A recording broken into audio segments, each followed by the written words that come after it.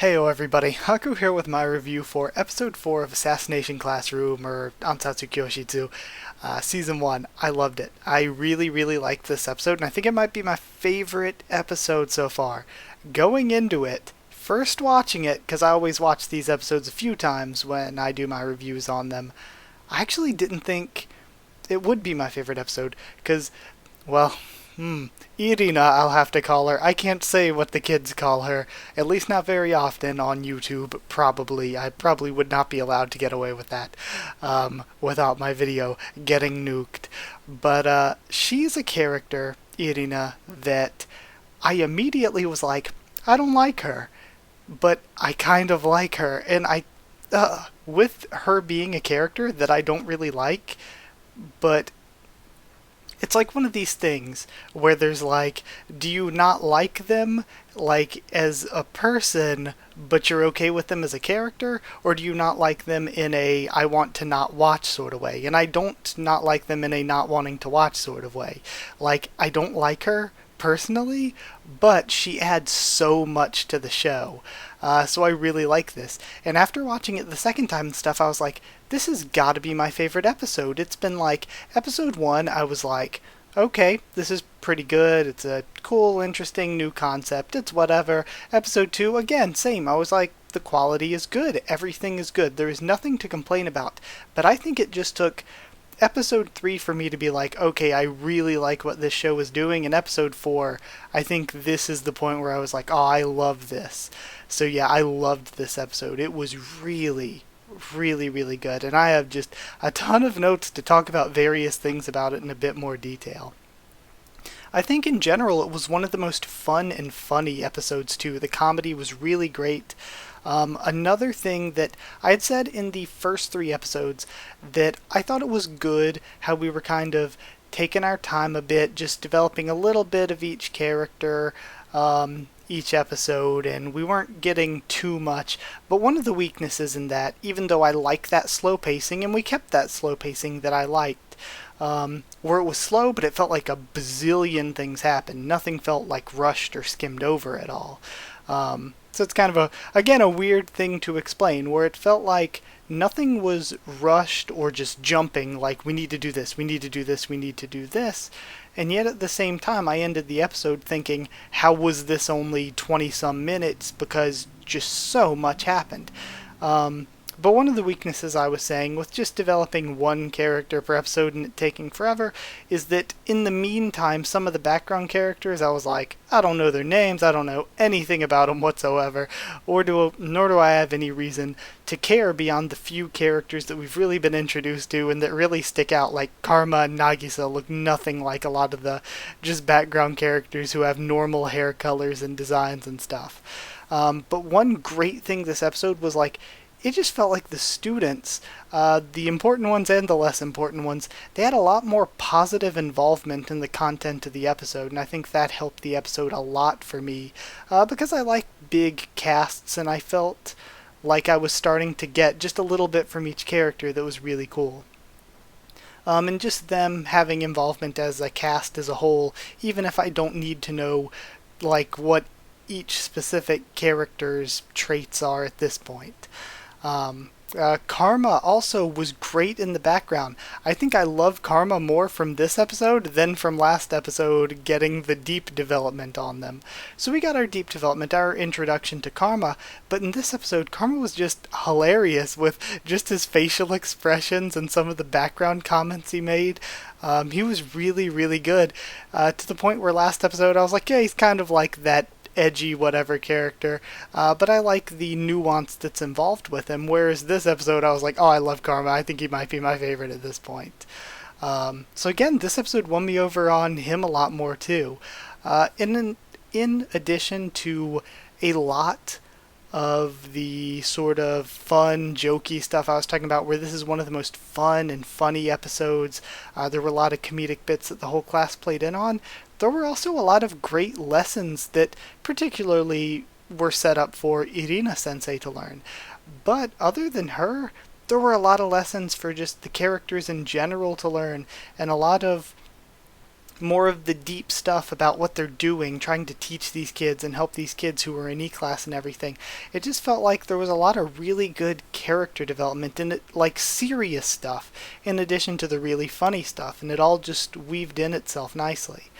And yeah, the last note I have in my general thoughts before going back and taking notes like scene by scene was that it just felt by the end of it, by like the midway point, I was like, oh, the episode is ending here, right? And no, it was only the midway point. By the time we got to the end, I just felt like so much had happened. Like it did not at all feel like only 20 some minutes. But yeah, getting into my notes that I took scene by scene, we start off with the little funny shopping scene with Koro-sensei just buying snacks and everything. And then when I first saw Irina Sensei, it popped into my head the first time I saw her, I really feel like I've seen her before. I don't know whether it was in fan art somewhere or if I've just seen her somewhere, because I told you before going into this, the only character that I had ever seen was Koro-sensei. Koro-sensei is the only character from Assassination Classroom going into the show that I had ever seen. I didn't know who Nagisa was or what he would look like. I was like, I don't even know what the main characters look like or what their names are or anything. I'm going in super blind for this show. But then when I saw Irina, I was like, hold up a second, I have seen that character somewhere before. So I do feel like I've seen the character somewhere before, but I have no idea where. But going from that, and we'll get back to some more things tying into that first scene later, but going to the school, I love Nagisa using their handy-dandy notebook. I love Nagisa's character and the way they just are there to basically analyze Koro-sensei and everything. But we learn weakness number 5 for Koro-sensei now, which is just boobs. So again, I like that all of the weaknesses for Koro-sensei basically are personality weaknesses.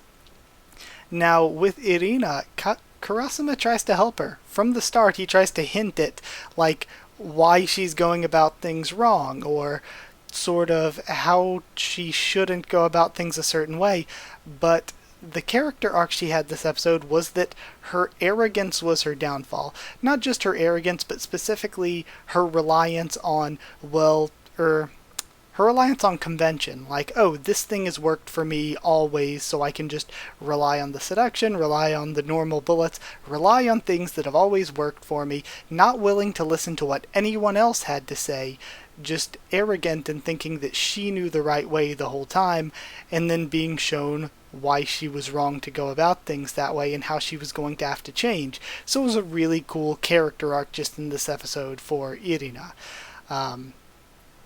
So yeah, Karasuma tries to tell her from the start. I love the Senseo vision gag. That was really funny. The short brown hair girl, I've kind of noticed her and her voice a bit in the past few episodes, but just by this episode I was like, we don't know her name or anything about her, but I kind of like the short brown hair girl. I kind of feel like I've gotten to like her more than the green hair girl, who looks a lot more important, but we haven't really gotten anything with either. Now, one thing about Irina, I said I don't really like the character, and again, that's one of those things where I like that she is... I don't like the character, but I like the character. I like that she's part of this show. I feel like she brings a really, really cool perspective to the show, but at the same time, she's like, her personality is just like, I feel the way that the kids in the class feel. I'm like, oh, I hate her. So I like that. I like that I can feel what the characters are feeling like. Screw this lady. Karma is great. He's the one that starts with bitch ne-san, because of course they can't pronounce V's correctly, because just like there's no real L in Japanese, it kind of gets lumped into the R sound, there's no real V either, and it gets lumped into the B sound. So I love that she just starts off as bitch ne-san, and one of the things I love most about her character is whenever she would get angry, her angry reactions were always really, really funny and good. So when she kisses Nagisa, I love the gag of Nagisa losing health through it all. That was funny. And I just thought, like, as I was watching it, I was like, oh, that kiss must have been so gross. Not just in a, like with some other things she said in the episode, you don't know where that mouth has been sort of way, but also she was like just smoking, like just like 30 seconds or so beforehand, so that must have been a very unwanted kiss. And also, now that we learned that Nagisa's age, big sirens, red alarms, lights flashing on that kiss now that we know their actual ages this episode, pretty much. So yeah, there's this really gross one there, Irina. But I like the added touch in this episode of the guys who show up to be her henchmen were the same guys from the beginning of the episode during the shopping scene that were just like the street thugs or whatever. I love the added touch of those guys from the beginning being her henchmen. I really liked that. That's when we get the scene where the class is like, yeah, we all felt the same. We hated her. And I love that calling her bitch just spread from Karma to all the other characters in the class, leading to her getting angry again more, and having this really funny bit where she pokes fun at the Japanese not being able to use a V sound and stuff. And it's really cool because it's one of those things where unless the author who wrote this originally really sort of understood a little bit of how Russian names should be pronounced or how English works in comparison to Japanese and what the limitations of the Japanese language are compared to some other languages, if the author didn't really know a lot about foreign languages and stuff, they wouldn't have thought of such a creative joke that kind of works for Japanese people and English speakers. So I love how creative the joke was, and I was like, this joke just really works on a lot of levels. It's really smartly written. So I actually loved that. Then, of course, her dumb plan to trap Koro-sensei fails because of, like I said before, her arrogance and her reliance on convention, and that's sort of what he says to her. She relies so much on convention, so much on things that have always worked for her, and wouldn't listen to anybody else, that her plan was really small tiny brain. It wasn't big brain student plan, it was tiny brain plan. So I really thought that was cool. Now we get some information about Koro-sensei, and I love how every episode his biology becomes weirder and weirder, but lead melts within him, which is why regular bullets don't work and they have to use the anti-octopus bullets. So yeah, lead melts within him. It's very strange. Also, his nostrils look like his eyes. That was really funny how it was this serious scene going on, and it's just interrupted by him being like, oh no, those are my nostrils, and Irina like, who can tell? So again, all of Irina's angry reactions to how absurd everything was were really good. So he uses his nuru cleaning things and honing things, like he said in the past, to make her more respectable, and He may have done something incredibly sketchy, so yeah, they leave it to be like, that's the look of a guilty adult, but it's like, how sketchy was Koro-sensei there? But one thing I loved about this, and I totally forgot about it until now, when they hear the noises, the moaning or whatever, coming from the shack, there's just this one kid who's like, let's go, and immediately just drops what they're doing and sprints over, and so Nagisa and everybody else are going behind. But I love that the one kid was just like, let's go, and just immediately breaks to go to the shack. That was really funny and good. Later on in the classroom, when she's browsing people to hire or whatever, I noticed something that there were like multiple Max Godwins. So I don't know if that's a reference to, because this series has dropped a lot of pop culture references, some that as an American I might not get as much, but there were a lot of Max Godwins, so I was like, I don't know if that's a reference to something, but I just noticed multiple of the people up for hire were named the same thing, just Max Godwin. And I love all the students revolt on her, say they want a real teacher, and we have the green hair girl with her sign that just says no big boobs, chanting down with big boobs. And I love, it was great where Nagisa's just like, that's your beef in all of this. And I love that. There are multiple anime that have had really similar scenes where a character says something in a similar vein to this, and the character's like, wait, that's your beef? So, again, I like it every time. It's funny every time. So then afterward, Kurasama drops some knowledge about how they have to be both assassins and teachers, and the students are both assassins and students.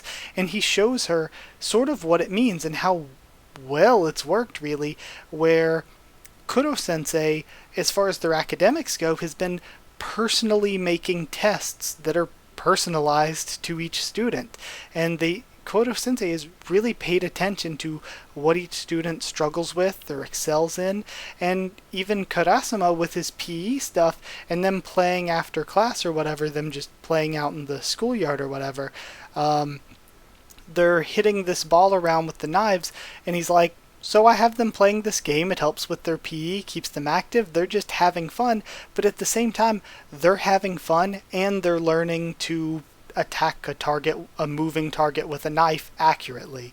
So again, it's one of those things where he's showing how both he and Koro-sensei have done things that are enriching their lives, teaching them, allowing them to have fun, and yeah, they're learning in all of this.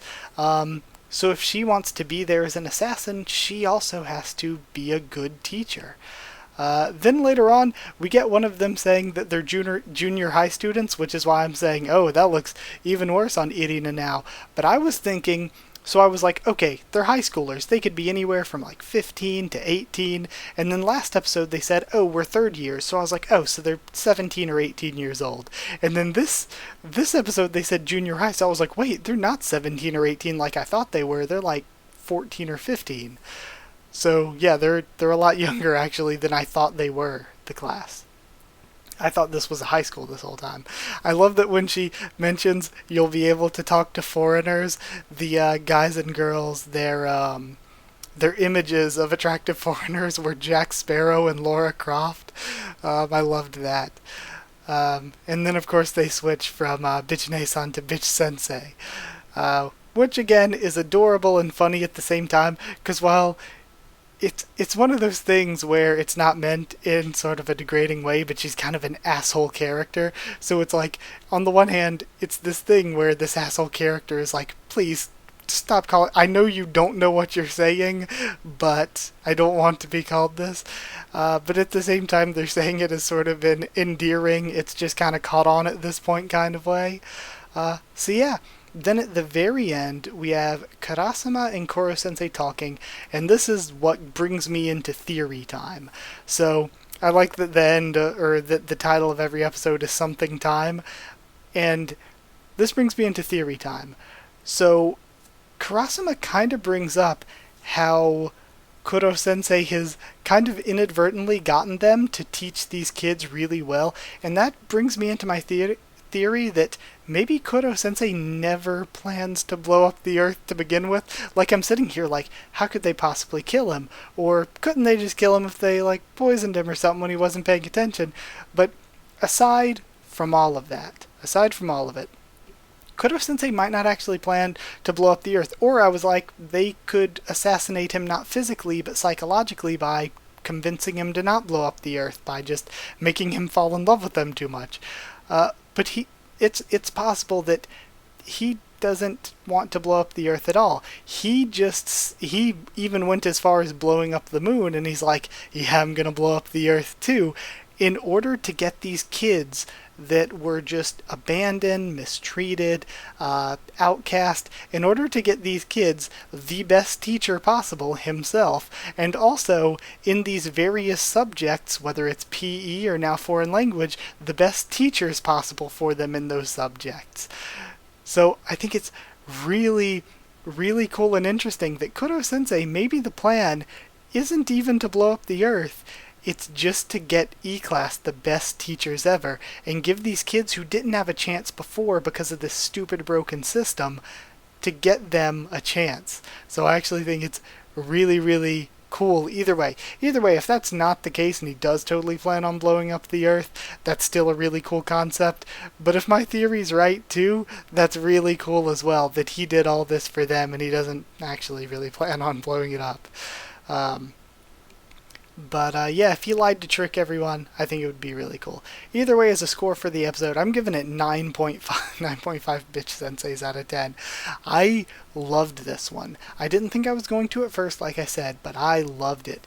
Like, both times I watched it, I thought it was really funny, really good, and it just felt like I got to let loose, watch it, and then it was only 20-some minutes, and yet so much. I felt like I got so much out of that 20-some minutes, which is just a feeling that you really can't put a price on when it comes to watching a series. Just that feeling that you've watched it and you're just so satisfied with what you've been given. So yeah, I loved it. 9.5 out of 10. This is my favorite episode by far, and you can probably tell with the length of the review and how much I've talked about it, how much I loved this one. So yeah, I really, really, really liked it. And again, like I said, Irina is one of those characters that I don't like her, and yet I love her being a part of the story. So yeah, I guess that's where I'm going to end this one. Like if you did like the video, comment down there to tell me what you thought of this chapter, or this episode, what you thought of my thoughts on it and all that. Subscribe for this so you can see when new videos get posted. I'm trying to post them every weekend, but just from me being sick all through September and trying to catch up on stuff, it's been a little bit wonky lately. Plus, there's tons of other stuff on the channel. Right now I'm covering Beastars and Boku no Hero Academia, just tons of things on the channel. If you're interested in any of those things, to stick around. One Piece as well, at least the manga. Maybe one of these days I'll do like an anime catch-up stream or something, where I just have a long-ass stream and catch up on a bunch of episodes. I have no idea. Because I'm so behind on the One Piece anime. But if you want to talk to me or keep updated on when I post stuff on Twitter, you can follow there as well. Or if you want to talk to me or more of us about this series or anything at all on Discord, you can ask and I can give you a link to the Discord server. It's free and open for anyone. And also, if you would like to join the Patreon to help me continue making videos, it's patreon.com/hakuwiththetubes, or a link will be in the description.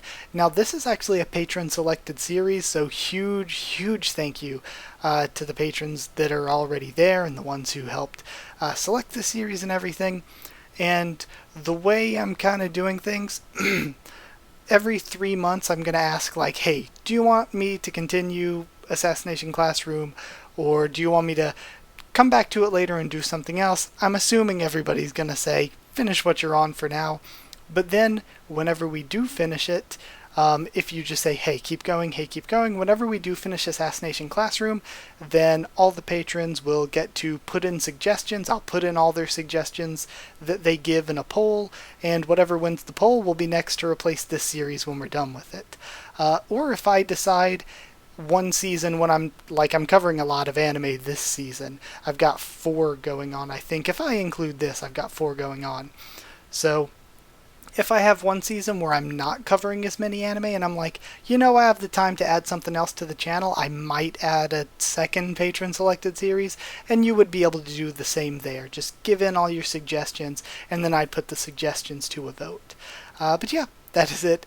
Thank you so very much for watching once again, and I'll see you all next time.